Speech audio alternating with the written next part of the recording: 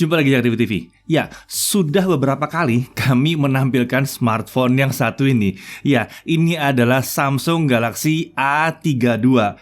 Penampilan baru, penambahan sejumlah fitur baru yang berkelas dan kinian dihadirkan dengan harga yang nyaris nggak berbeda dibandingkan seri A31 terdahulu. Yuk, kita langsung aja uji smartphone baru yang satu ini.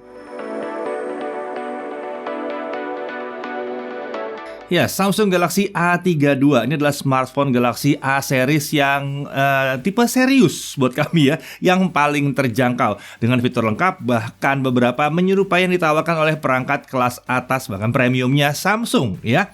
Nah, kita lihat dulu paket penjualannya. Dalam paket penjualan ada unit smartphone Galaxy A32, ada adapter powernya ya yang 15 watt, kemudian ada kabel USB Type-C, ada paket dokumen, dan ada SIM tray ejector. Udah, itu aja. Nggak ada screen protector, nggak ada. Di situ nggak ada casing, nggak ada juga di situ ya. Untuk desain, Samsung menyebutnya minimalist design with striking style dengan gloss finish. Ya, ini terlihat berbeda dengan Samsung Galaxy A series generasi sebelumnya. Bahkan menurut kami, ini beda dengan kakak-kakaknya yang A52 dan A72 ya. Ini satu hal yang mungkin membuatnya terlihat berbeda dari kebanyakan smartphone yang ada saat ini adalah tidak ada highlight untuk area kamera di smartphone ini. Area kamera itu benar-benar sejajar dengan bodi tanpa ada perbedaan warna dengan bodi belakangnya ya. Nah, untuk opsi warna ada Awesome Black, Awesome White, Awesome Blue, Awesome Violet. Hitam, putih, biru, dan ungu. Untuk dimensinya adalah 158,9 mm x 73,6 mm x 8,4 mm untuk ketebalannya, dan bobotnya hanya 184 gram. Nah, di sisi bodi belakang kita bisa lihat bahwa penampilannya ini yang seperti kaca ya kalau untuk yang versi A32. Ini polikarbonat sih, ini nggak mudah pecah seperti kaca, tapi ya aman-aman. Hanya mungkin kalian perlu melapisi dengan stiker transparan kalau mau penampilannya awet untuk jangka panjang. Dan nggak mudah menampilkan sidik-sidik jari di sini jadinya. Oke, di sisi kanan kita lihat ada tombol power dan tombol volume up and down. Lalu di sisi atas kita lihat ada titik mikrofon. Ya, berarti mikrofonnya lebih dari satu di sini. Sisi kiri kita lihat ada slot SIM card. Ini non-hybrid ya, jadi bisa dual SIM, nano SIM, dan ada micro SD ya. 3 slot bisa untuk 3 kartu sekaligus. Di sisi bawah ada audio jack 3,5 mm, ada mikrofon, ada USB Type-C, dan speaker tentunya. Sayangnya emang speakernya cuma satu, ini mono speakernya ya, bukan seperti kakaknya yang stereo. Kemudian di sisi depan kita bisa lihat ini adalah layar Infinity U display. Ya, yang satu ini masih pakai notch kecil berbentuk U di situ, bukan punch hole. Tapi harusnya bukan masalah ya, karena ya udah oke lah sebetulnya. Akan tetapi bagi kami ada sedikit masalah yang mengganjal di versi awal softwarenya nih ya. Kami tidak bisa menyembunyikan notch ini seperti pada seri A sebelumnya. Menunya tidak ada, biasanya tuh kanan kiri bisa dihitamkan, ini tidak bisa sama sekali. Nah, ini layar di depan ini adalah layar 6,4 inci panel Super AMOLED resolusi Full HD Plus 2400x1080 pixel dengan refresh rate 90 Hz dan brightness-nya bisa mencapai 800 nits. Dia dilengkapi dengan Eye Comfort Shield dengan Eye Care Certification by SGS dan dilapisi dengan Corning Gorilla Glass 5. Nah, untuk kamera selfie di sini adalah kamera 20 megapiksel f2.2 ya, dengan kemampuan merekord video sampai dengan 1080p 30 fps. Dan kita bisa lihat di sini ada terdapat earpiece di bezel atas layar. Dan untuk di layar ini juga ada on-screen fingerprint. Tentunya ini terjadi karena dia pakai layar AMOLED, jadi bisa pasang on-screen fingerprint. Di sisi belakang kita lihat ini adalah yang namanya Awesome Camera katanya ya, multi lens camera system. 64 megapiksel main kamera f1.8 autofocus dengan 8 megapiksel ultra wide kamera f2.2. Ada 5 megapiksel depth kamera yang kami nggak tahu pasti buat apa. Nggak kami tahu kok, itu buat bikin efek box ya, tapi yang kami nggak tahu adalah kenapa butuh itu sebetulnya ya. Kemudian ada 5 megapiksel makro kamera f2.4. Ada juga LED flash di sini dan kemampuan video recording rangkaian ini adalah mencapai 1080p 30 fps. Oh iya, dia juga bisa slow motion 720p 120 fps. Sayangnya di sini memang tidak ada opsi untuk 60 fps yang ditunggu-tunggu sekali. Oke, untuk spesifikasi dalamnya kita bisa lihat ada SoC Helio G80 yang terkenal memang performanya lumayan oke buat kelas harganya ya. Kemudian untuk opsi RAM dan storage internalnya itu ada pilihan, ada yang 6GB RAM dengan 128GB internal storage. Ini unit yang kami pakai, dan ada lagi pilihan yang 8128. Iya, sayangnya memang nggak ada yang 8256. 128 aja udah cukup gede kok, lagian bisa di-upgrade pakai micro SD, dan micro SD-nya bisa sampai dengan 1 TB. Nah, untuk baterai dia menggunakan baterai 5000 mAh dengan charger 15 watt. Nah, untuk OS dia menggunakan One UI tentunya. Ya, ini OS yang membuat banyak orang yang langsung happy banget kalau pakai Samsung karena OS-nya memang intuitif ya. Nah, untuk sensor-sensor lumayan lengkap, accelerometer, gyro, geomagnetic sensor, Hall sensor, RGB light sensor, virtual proximity sensor juga ada di sini. Untuk konektivitas 4G, Wi-Fi 5, Bluetooth 5.0 dan NFC sudah tersedia di sini. Jadi ini lengkap. Sayangnya memang belum ada 5G, tapi harga segini memang belum. Untuk saat ini belum. Untuk fitur keamanan dia sudah punya fingerprint yang kita udah bahas tadi, ada face recognition juga, dan dilengkapi dengan Samsung Knox. Nah, Knox ini dilengkapi dengan secure folder. Ini cocok banget untuk keamanan ekstra. Kita bisa naruh aplikasi banking dan dokumen penting dalam secure folder. Jadi, walaupun HP kita terbuka pada saat dicuri ya, pada saat dijamret mungkin lagi kebuka gitu ya, semua yang dalam secure folder akan tetap aman dijagain. Nggak perlu takut dokumen, foto, atau video kita tersebar karena HP dicuri ya. Sementara itu untuk update, Samsung pun sudah menjanjikan bahwa seri A, bahkan seri M pun ya, itu akan memperoleh setidaknya 4 tahun security update. Jadi akan aman terus. Sementara OS-nya memang kami belum dapat konfirmasi, tapi Samsung menjanjikan bahwa bergantung tipenya akan disupport sampai dengan 3 tahun. Oke, kita langsung masuk dalam pengujian performance. Pertama kita coba benchmark dulu. Antutu 8. Kita dapat skor 181 ribuan. Ini sudah cukup tinggi untuk SoC semacam ini ya. Pas lah ya, rasanya cukup kencang. Lalu untuk Geekbench 5 kita lihat single core ada di 361 dengan multicore di 1303. Ini adalah skor yang lagi-lagi sesuai dengan SoC yang digunakannya. Untuk GFX Bench kita bisa lihat Manhattan 1080p off screen kita dapat 24 fps ya. Ini menunjukkan bahwa untuk gaming lumayan kenceng, tapi gamenya jangan terlalu berat banget biasanya gitu ya. Nah, untuk 3D Mark kita bisa lihat Slingshot Extreme OpenGL IS 3.1 itu sistem grafisnya mendapatkan poin 1167, lumayan oke. Sementara itu untuk pengujian Wildlife Stress Test dari 3D Mark, best score-nya adalah 691 dengan lowest score di 685, membuat kestabilannya terhitung sebagai 99,1%. Ini berarti kalau pakai aplikasi yang berat ke sistem grafis, mau dihajar dalam jangka waktu yang lama pun, kestabilannya tetap sekitar 91,1% atau turun tidak nyampe 1%. Ini bagus banget, sangat konsisten sekali. Oke, kita langsung masuk ke gaming PUBG Mobile.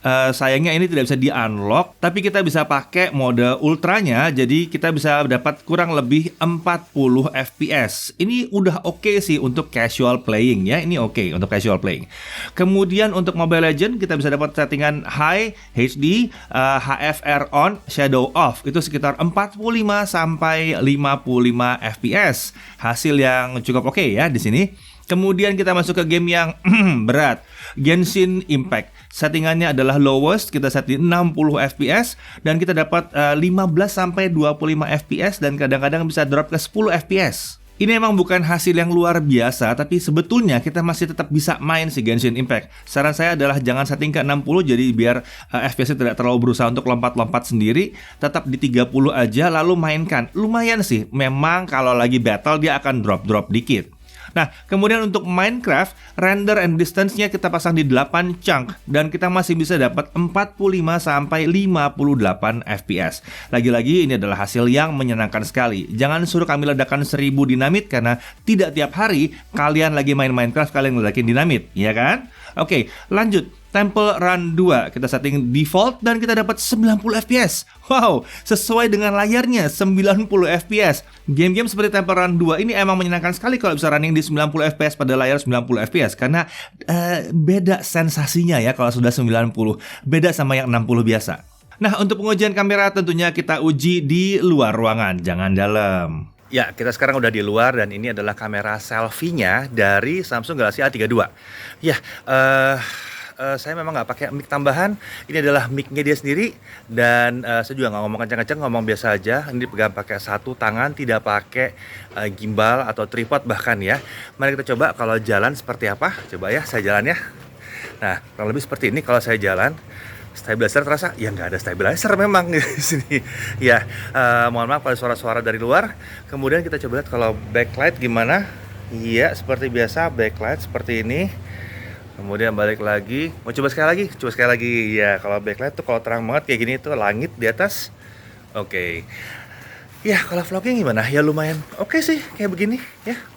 Oke, untuk kamera utamanya kalau dibawa jalan kayak begini kurang lebih. Ya, ada stabilizernya. Lumayan oke, ya.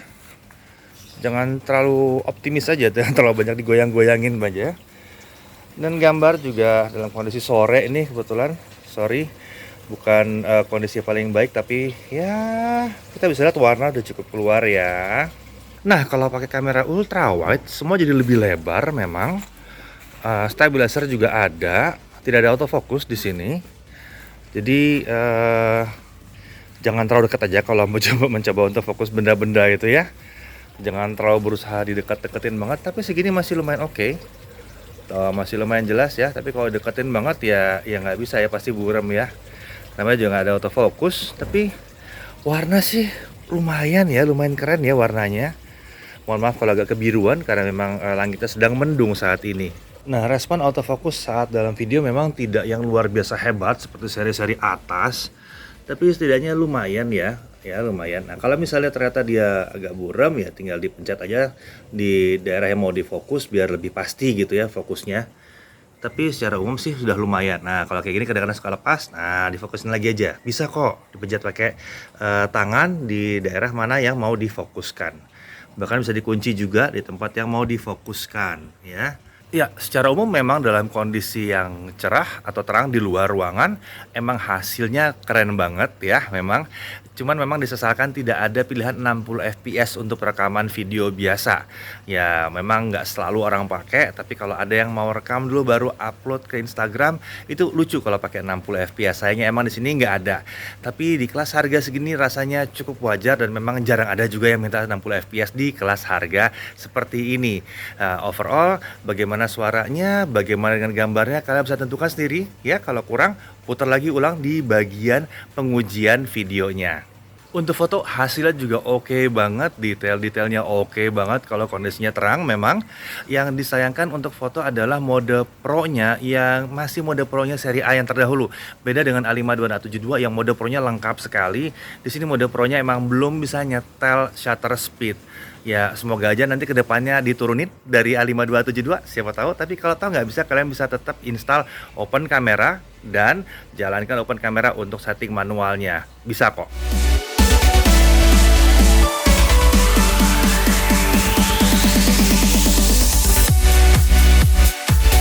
Oke, sekarang mari kita lanjut dengan pengujian baterai. Untuk video playback 1080p kita dapat sekitar 20 jam. Ini bukan hasil yang luar biasa hebat, tapi mengingat ini adalah smartphone dengan layar yang bukan 60Hz tapi 90Hz, ini sudah bisa dibilang sebagai hasil yang baik. Nah, kalau kita gaming dengan Genshin Impact yang berat itu, kita setting di lowest 60 fps, baterainya akan berkurang sekitar 9% dalam 30 menit.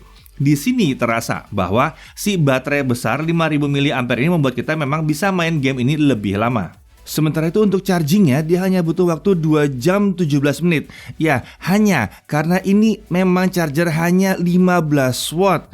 Untuk smartphone lain ini bisa mencapai hampir 3 jam. Jadi ini sangat bagus sekali untuk sebuah charger yang hanya 15 watt. Sementara itu kalau kita tes dengan Netflix, kita bisa lihat bahwa Wi-Fi-nya sudah L1, jadi bisa tampil Full HD. Menyenangkan sekali, ini khas Samsung banget sih ya, langsung beres Full HD ya.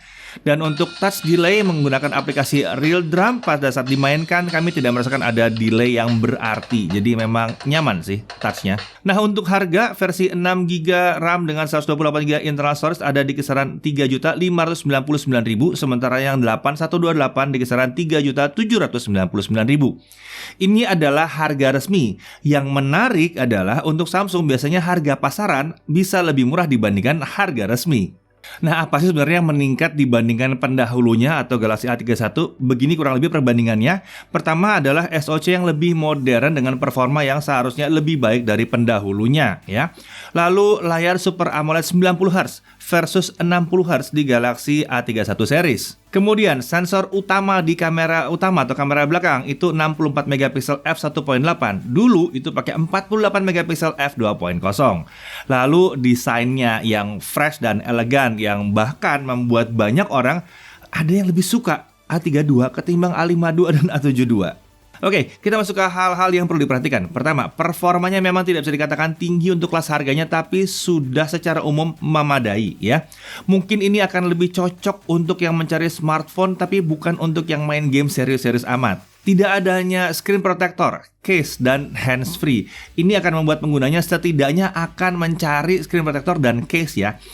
Semoga aja udah banyak yang jual pada saat memperoleh smartphone ini. Daya tahan baterai ini juga bukan termasuk yang luar biasa untuk baterai 5000 mAh, tapi tetap terbilang oke, ya. Bukan buruk, ini oke aja, tapi nggak luar biasa hebat. Kami pun punya masalah dengan tidak bisa nutup sisi kanan kiri dari notch seperti biasanya. Ya di seri A biasanya kita bisa tutup, jadi bisa seimbang dagu dan jidat biasanya gitu, ya. Sayangnya di sini nggak bisa, karena fitur tersebut belum ditemukan pada software yang kami gunakan sekarang, ya. Padahal ini sudah update sekali, tetap belum ada. Dari sisi kelebihan kita bisa lihat bahwa layar Super AMOLED 90Hz ini tampilannya memang luar biasa. Khas Super AMOLED-nya Samsung, dan kali ini tambah dengan refresh 90Hz lagi, membuat gerakan di layar khususnya saat navigasi menu itu sangat smooth banget. Kalau kalian ketemu menu-menu yang memang harus gesernya jauh banget, atau bahkan tadi ada game juga yang bisa pakai swipe begitu, gila itu enak banget, ya. Dan dia mengusung sejumlah peningkatan dibanding dengan pendahulunya yang kita udah bahas tadi. Konektivitasnya pun terbilang lengkap dengan hadirnya NFC juga ada di sini, ya. Harganya juga tidak terlalu ditingkatkan jauh dibandingkan A31 seri sebelumnya. Kameranya juga cukup mumpuni, dilengkapi dengan stabilizer pula, ya, untuk video dengan kamera belakangnya tentunya, ya. Dan desain bodi belakang terutama untuk sisi kameranya terlihat berbeda dan menarik, minimalistik gitu, ya. Pada akhirnya, kami melihat A32 hadir dengan tawaran yang menarik. Kalau selisih harga antara 6GB RAM dengan 8GB RAM itu sekitar 200.000 aja, ya. Kalau dananya kalian mepet, kami sih akan pilih versi 6GB aja. Udah cukup besar kok yang 6GB, dan selisih dananya bisa dipakai buat beli casing, screen protector, earphone, handsfree apalah, ya, aksesoris supaya bikin ini lebih nyaman lagi. Ya, smartphone satu ini emang hadir sebagai smartphone dengan racikan khas Samsung yang sulit dilihat hanya dari spesifikasi dasar saja. Layaran keren dengan kenyamanan pakai maksimum di 90Hz dipadu dengan kamera mumpuni ala Samsung, kelengkapan konektivitas hingga NFC, ada Knox, One UI terbaru yang terkenal nyaman digunakan, dan tentunya service center yang tersebar di seluruh Indonesia serta pelayanan perbaikan yang cepat adalah daya tarik utama dari Samsung Galaxy A32 ini. Saya Deddy Irfan, Jaga TV TV.